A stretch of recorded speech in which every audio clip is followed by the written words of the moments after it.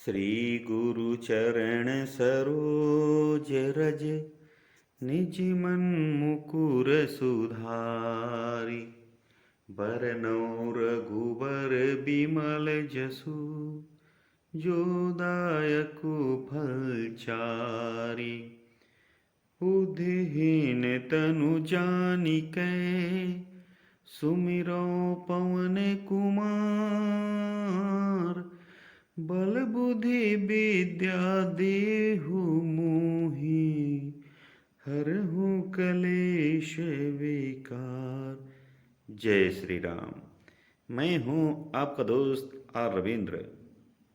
हनुमान, इस नाम के लेने मात्र से भक्त सभी संकटों से मुक्त हो जाते हैं। आज हम उसी हनुमान के वास्तविक जन्मभूमि से आपको परिचित कराने वाले हैं। इस धरा पर 7 चिरंजीवी हैं जिन्हें अमृत का वरदान प्राप्त है। हनुमान जी भी उन्हीं में से एक हैं। हनुमान को भगवान भोलेनाथ का 11वां रुद्र माना जाता है। तो जो अभी अंजना माँ के गोद में हनुमान जी हैं, वो शिव जी के 11वां रुद्रावतार जो उनके गोद में ढके हुए हैं, वो अभी साक्षात जी जी ठीक ना। तो अंजना माँ 7000 वर्ष ऊपर तपस्या किए खपरा घर में, और यहाँ 365 शिवलिंग थे, 365 तालाब थे, 365 महुआ पेड़ थे। एक तालाब से अंजना माँ जल लाते थे और एक 365 शिवलिंग पर दिन पूजा करते थे। हनुमान जी के पिता वानर राज केसरी तथा माता अंजनी जी थीं। वानर राज केसरी सुमेरु पर्वत पर राज्य किया करते थे। केसरी जी तथा अंजनी जी बहुत समय तक निसंतान थे। अंजनी माता ने संतान प्राप्ति हेतु भगवान भोले शंकर की उपासना की। उनकी कठोर तपस्या को देखकर भगवान भोलेनाथ ने अंजनी माता से कहा, कहो तुम्हें क्या चाहिए। अंजनी माता ने भगवान भोलेनाथ से विनती की कि प्रभु मुझे आपके जैसा ही पुत्र चाहिए। तब भगवान भोलेनाथ ने कहा तथास्तु, और भगवान भोलेनाथ ने अपने अंशावतार को अंजनी माता के गर्भ तक पहुंचाने हेतु पवन देवता को आदेशित किया। तत्पश्चात हनुमान जी का जन्म हुआ। बाल्यावस्था से ही हनुमान जी में अद्भुत शक्तियां थीं। हनुमान जी पवन के वेग से कहीं भी गमन कर सकते थे तथा उनमें रूप बदलने तथा आकार बदलने की भी शक्तियां थीं।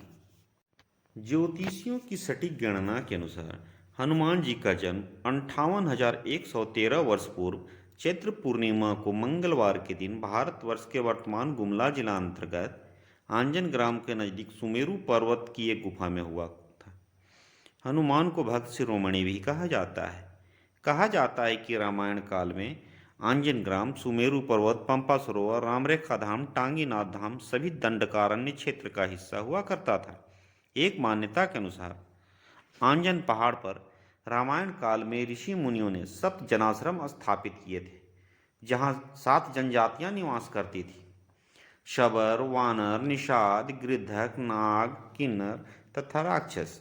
जनाश्रम के प्रमुख थे अगस्त्य, अगस्त्य भ्राता, सुतीक्ष्ण, मांडीकणे, अत्र, शरभंग व मतंग। गुमला जिला के 2 पर्वतों पर ऋषियों का आश्रम हुआ करता था। आंजन ग्राम के पास सुमेरु पर्वत तथा दूसरा डुमरी प्रखंड के मझगांव के पास टांगीनाथ धाम। कहा जाता है कि टांगीनाथ धाम में भगवान परशुराम का आश्रम हुआ करता था, जहां मैं आपको अपने अगले ब्लॉग में ले चलूँगा। सुमेरु पर्वत के स्टार्टिंग पॉइंट पर ही यात्रियों के पेयजल की व्यवस्था के लिए एक बोरिंग कराई जा रही थी, जिसमें से कुछ ही गहराई के बाद बहुत ज़्यादा जल निकल आया और उससे आगे बोरिंग नहीं कराई जा सकी। सिर्फ उसमें एक पाइप डाल दिया गया है। इसमें किसी प्रकार का मोटर नहीं लगाया गया है, ना ही कोई करंट सप्लाई किया जा रहा है। इससे लगातार स्वच्छ जल प्रवाहित होता रहता है और इसके पास ही बना हुआ है आंजन धाम का मुख्य प्रवेश द्वार, और इस प्रवेश द्वार को काफ़ी खूबसूरत बनाया गया है। आप देख सकते हैं इसमें टाइल्स वगैरह का भी प्रयोग किया गया है, और इसके पास ही कुछ नौजवानों को लगा दिया गया है ताकि वे यहाँ आने वाले गाड़ियों से कुछ धनराशि इकट्ठा कर मंदिर के ट्रस्ट में अपना सहयोग दे सकें। ये नौजवान लोग यहाँ के समिति के द्वारा रखे गए हैं। तो आइए इनसे हम लोग बात करके जानने की कोशिश करते हैं कि यहाँ पर क्या करते हैं और इनका रेट क्या है। तो क्या नाम है आपका? शशिपाल चीक बड़ाई हुआ मेरा नाम। अच्छा, तो यहाँ पर आप क्या करते हैं?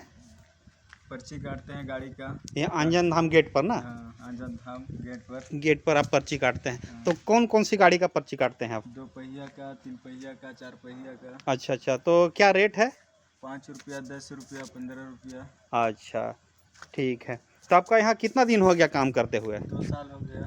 और आपको यहाँ पर किसके द्वारा रखा गया है? मंगल मतलब? अध्यक्ष है। अच्छा, ग्राम अध्यक्ष। हाँ। ग्राम सभा का अध्यक्ष जो ये है आंजन धाम मंदिर का द्वार, जहाँ से चढ़ाई शुरू होती है। यहाँ से सीढ़ियाँ बनी हुई हैं, दोनों ओर से जा सकते हैं। और यहाँ से रैंप बनी हुई है। यहाँ पे चप्पल जूता खोल के और आगे जाना है मुख्य पहाड़ी के ऊपर जहाँ मंदिर है।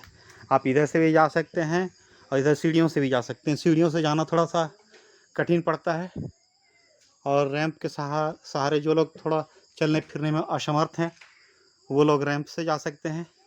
तो चलिए इस बार मैं सीढ़ियों से जाता हूँ ऊपर की ओर। और यहाँ पे बहुत बड़ा घंटा लगा हुआ है जिसे नितेश जी अभी बजाने वाले हैं। ये आप घंटे के साउंड को सुन सकते बस।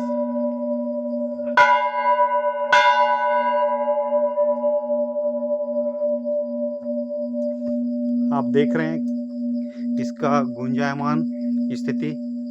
और यह है आंजन धाम मंदिर का सीढ़ी जो काफ़ी बड़ी और टाइल्स लगी हुई है। यहाँ पे ज़्यादा हाइट भी नहीं है इन सीढ़ियों की। ये छोटी छोटी सीढ़ियाँ जो कि काफ़ी चौड़ाई में बनाई गई हैं, जो सबके सहूलियत को ध्यान में रखते हुए बनाई गई हैं। और इसके ऊपर में शेड है ताकि बारिश और धूप से बचा जा सके। श्रद्धालु लोग यहाँ पे आ सकें और आसानी से आ सकें, इसका ख्याल रखा गया है। यहाँ पर एक बरगद का पेड़ है जहाँ पे लोग मन्नत की चुंदरी बांधते हैं। आप इन चुंदरियों को देख सकते हैं। और यहाँ पे पूजा पाठ भी करते हैं। एक शिवलिंग है और कुछ त्रिशूल आप देख सकते हैं। ये एक बहन जी हैं यहाँ पे जो कि यहाँ की शायद सेवादार हैं।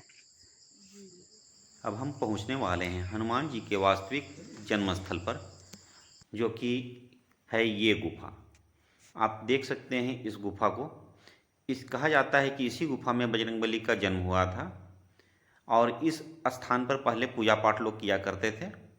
इसमें 2 मूर्तियाँ थीं।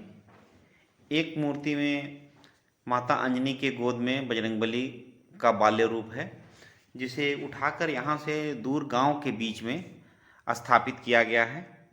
जो कहा जाता है कि वो गर्भ स्थान है जहाँ पे माता अंजनी ने भगवान शिव की तपस्या की थी और आकर इस गुफा में जन्म दिया था हनुमान जी को। और एक मूर्ति को इसी पहाड़ी के ऊपर स्थित मंदिर में स्थापित किया गया है। यह पहाड़ी हरे भरे जंगलों से सुशोभित है। यहाँ की खूबसूरती अतुलनीय है। यहाँ के कलकल करते हुए झरनों की आवाज़ इतना मंत्रमुग्ध कर देती है कि यहाँ से आपको जाने का मन ही नहीं करेगा। मन को इतनी शांति प्रदान करता है यह स्थान कि उसका कोई वर्णन नहीं किया जा सकता है।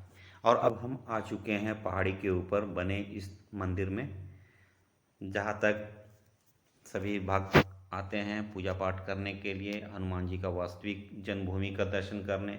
यहाँ की खूबसूरती आप देख सकते हैं। चारों ओर सिर्फ पहाड़ियाँ ही पहाड़ियाँ हैं जो हरे भरे जंगलों से आच्छादित है। और इसके नीचे चारों ओर घाटियाँ हैं। घाटियों में कलकल करते हुए पानी की आवाज़ तो आती है मगर पानी दिखाई नहीं देता है। और यहाँ चारों ओर आपको ऐसी ऐसी खूबसूरत वादियाँ नज़र आएंगी जो आपने शायद कहीं कहीं देखी हों, मगर अधिकतम लोगों ने नहीं देखी होंगी। यहाँ पे सालों भर श्रद्धालु लोग आते हैं। मुख्य मंदिर में आंजन धाम मुख्य मंदिर, अंजनी माता के गोद में बजरंगबली विराजमान है और यहाँ हमारे पुजारी जी हैं। मंदिर के बगल में ही इधर ये यज्ञ मंडप बना हुआ है जो कि काफ़ी खूबसूरत बनाया गया है। यहाँ पर लोग विश्राम भी करते हैं। कुछ श्रद्धालु लोग हैं यहाँ पे उपस्थित अभी इस वक्त। इसके बीच में हवन कुंड है। आप बीच से आपका ये जटा ऑटोमेटिक बन गया अपने आप? ऑटोमेटिक अपना बन गई है। मेरी पहले जटा नहीं थी। हाँ, मेरी हाँ। लंबे लंबे बाल थी। यहाँ आने के बाद में जटा हो गई। फिर बाद तो में ये आपको इस चला। जटा से परेशानी नहीं होती है? नहीं, कोई परेशानी कुछ नहीं नहीं? है, कुछ नहीं होता है। शैम्पू उम्पू से धो देते हैं हाँ, हाँ। और तो ये अच्छा बढ़ता सा भी है क्या? बढ़ता है। जितना बड़ा बढ़े शक्ति, अच्छा। जितना हम सेवा को अच्छा से निभाएंगे, अच्छा। हमको अच्छा से शक्ति युक्ति का तो ये कोई भी ईश्वर छेड़छाड़ की नहीं। कृपा ही है। कुछ लोगों का मानना है कि अंजन ग्राम का संबंध अंजनी माता के जन्म से जुड़ा है। यहाँ के कुछ जनजातीय लोगों ने माता को प्रसन्न करने के लिए एक दिन गुफा के समक्ष बकरा बलि दे दी थी, जिससे माता नाराज हो गई थीं और उन्होंने एक विशालकाय पत्थर से हमेशा हमेशा के लिए गुफा का द्वार बंद कर दिया। अब जो भी इस गुफा का द्वार खोलने की कोशिश करेगा उसके ऊपर विपत्ति आएगी, ऐसा यहाँ के भी निवासियों का कहना है। माना जाता है कि इस गुफा की लंबाई 1500 फीट से भी अधिक है।